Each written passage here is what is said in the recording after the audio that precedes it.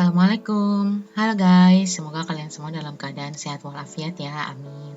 Selamat datang di channel Kapten. Nah, kali ini Kapten akan sharing materi tentang materi teknik kompilasi, yaitu adalah proses kompilasi.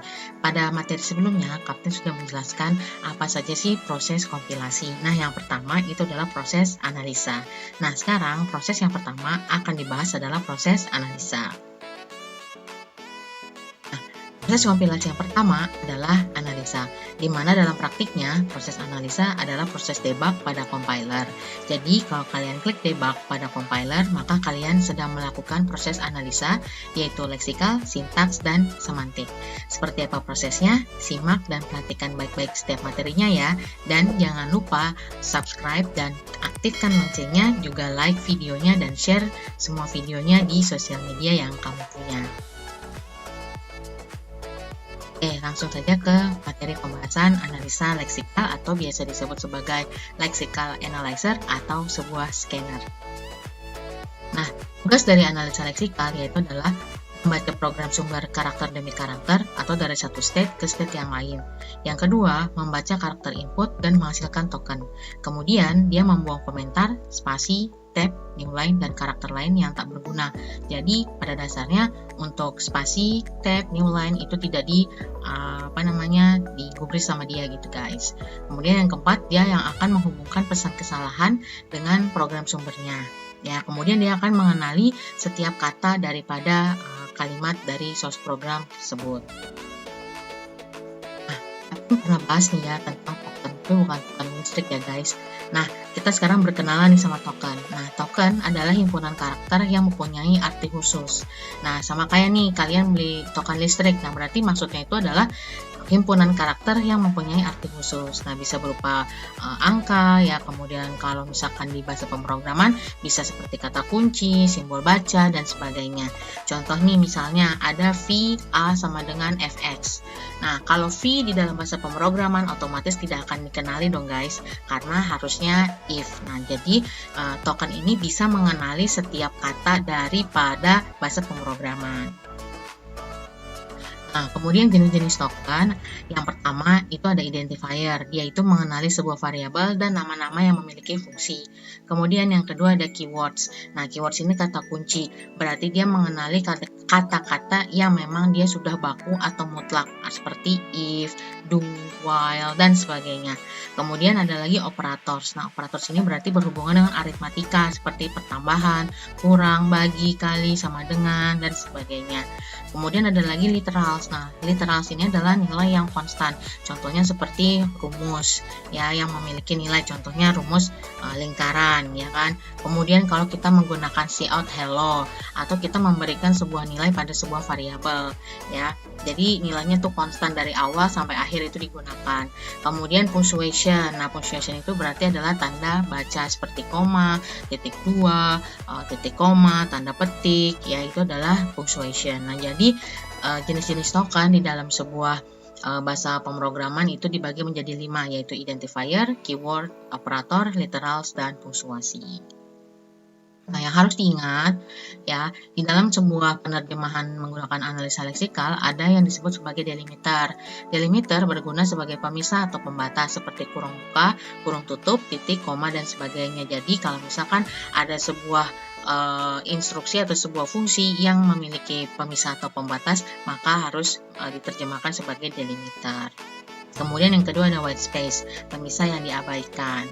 Jadi tadi kembali diingatkan bahwa analisa leksikal ini seperti new line, enter, spasi gitu ya, itu dia diabaikan karena dianggap sebagai white space di analisa leksikal. Nah, ini contoh penerapan ini guys dalam bahasa pemrograman Pascal. Nah, jadi ketika kita punya bahasa pemrogramannya, kemudian kita terjemahkan menggunakan keyword seperti ini. Contoh nih, ya kan di sini ada program. Nah, kalau dengan source program Pascal, memulai program itu adalah dengan menulis program, kemudian ditulis nama dari program tersebut apa. Nah, ini semua satu persatu kata demi katanya itu diterjemahkan ke dalam bentuk token. Contohnya seperti ini. Nah, ini keyword program. Nah, kata kunci berarti ini udah mutlak nih, tidak bisa dirubah jadi sudah sebagai keyword. Kemudian tes. Nah, tes ini sebagai identifier. Kenapa? Karena dia bisa berubah kan fungsinya. Bisa aja misalkan program latihan 1 gitu kan. Karena nanti menghasilkan latihan 1. Kemudian variabel. Nah, variabel dia merupakan keyword. Nah, jadi keyword juga seperti tipe data, integer, float, double, itu semua termasuk keyword. Kemudian ada X itu kan variabel, berarti sebagai identifier. Kemudian ada titik 2, itu dia tanda baca, berarti punctuation, sampai tanda titik di dalam punctuation. Jadi setiap kata demi kata itu diterjemahkan ke dalam bentuk token. Di dalam analisa leksikal tadi kan dia menghubungkan pesan kesalahan nih. Nah, penanganan kesalahannya sebenarnya ini biasa kita lakukan kok guys, ya kan, ketika kita lagi ngoding. Yang pertama kita bisa menghapus karakter-karakter sampai tokennya benar bisa dibentuk. Kemudian yang kedua kita menghapus karakter yang berlebihan. Kemudian kita menyisipkan karakter yang hilang. Kemudian kita mengganti karakter dengan karakter yang benar dan mengubah posisi dua karakter yang berdampingan. Nah, ini semua biasa kita lakukan nih guys kalau misalkan kita sudah melakukan proses debug. Ketika kita klik debug, set gitu keluar tuh. Nah, yang menghubungkan pesan kesalahan ini adalah tugasnya si analisa leksikal. Nah, gimana sih cara menerjemahkan proses analisa leksikal? Nah, tadi kan analisa leksikal itu berhubungan dengan token. Nah, token itu kata ya guys, kalian harus ingat yang diperiksa satu per satu. Nah, ini tidak hanya bahasa pemrograman yang bisa diterjemahkan dengan analisa leksikal nih guys. Nah, contohnya dengan analisa leksikal dalam bahasa Indonesia. Kata dalam bahasa Indonesia dibagi menjadi beberapa seperti kata benda, kata kerja, kata ganti, kata sifat, kata keterangan, kata sambung, dan sebagainya. Perhatikan kalimat berikut. Budi bermain bola di lapangan. Maka Budi adalah kata benda, bermain kata kerja, bola kata benda, di kata sandang, lapangan kata keterangan. Nah, ini kalian sudah melakukan proses analisa, jadi diterjemahkan satu persatu kata demi kata. Kemudian kalau dalam bahasa pemrograman, token itu kan kata, sedangkan dalam bahasa pemrograman ada 5, yaitu identifier, keyword, literals, punctuation, dan operator. Nah, perhatikan kalimat berikut. Ada integer A, B, T, titik koma, A sama dengan 5 titik 2, B sama dengan 2 titik koma, C sama dengan A plus B titik koma. Nah, kita lihat keterangannya di sini. Kita mentranslate atau menerjemahkannya kata demi kata. Integer, dia adalah keyword karena berupa tipe data. Kemudian kita lihat, ada variabel. Apa saja variabelnya? Ada A, B, T, dan C, yaitu sebagai identifier, karena identifier itu dia mengenali sebuah variabel. Kemudian ada tanda baca, ada titik koma, ada titik 2, juga ada tanda koma. Ini kurang titik koma ya guys. Nah, jadi ada titik koma, dan titik 2 dia sebagai punctuation atau tanda baca.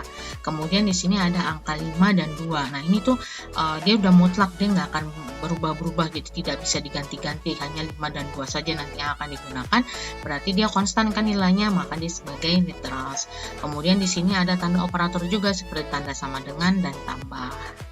Nah, jadi di bahasa pemrograman juga sama, kata demi katanya di source program itu semuanya dirubah menjadi bentuk token.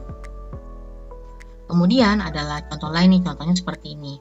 Ada include IOStream. Nah, karena include ini merupakan preprocessor, nanti yang akan menghubungkan setiap kalimat dengan linkernya, misalkan dia menggunakan IOStream atau std.h atau conio.h gitu kan. Nah, itu kan memiliki fungsi yang berbeda-beda.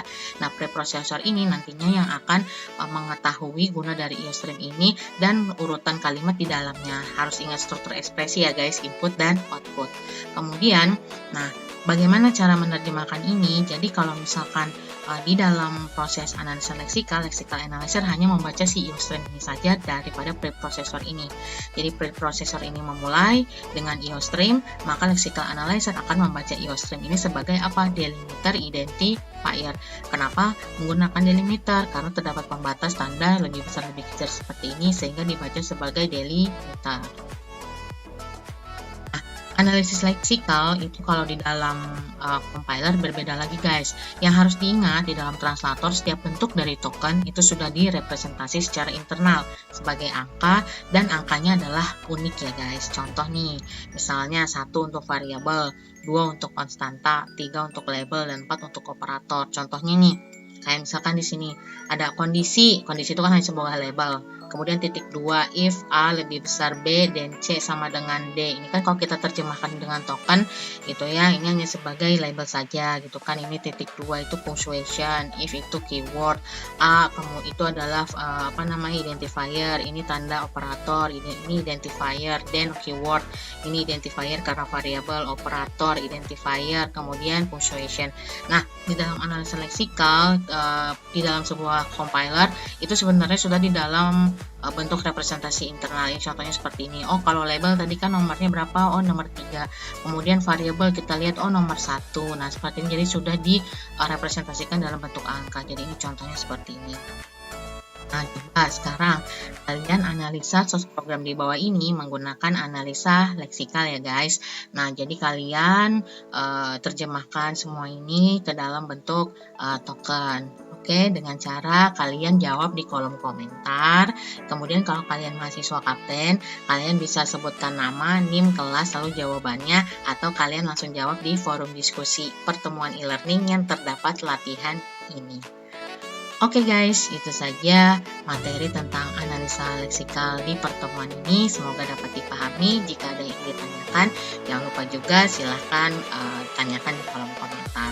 Oke, terima kasih. Hatur nuhun. Kamsahamnida. Wassalamualaikum warahmatullahi wabarakatuh.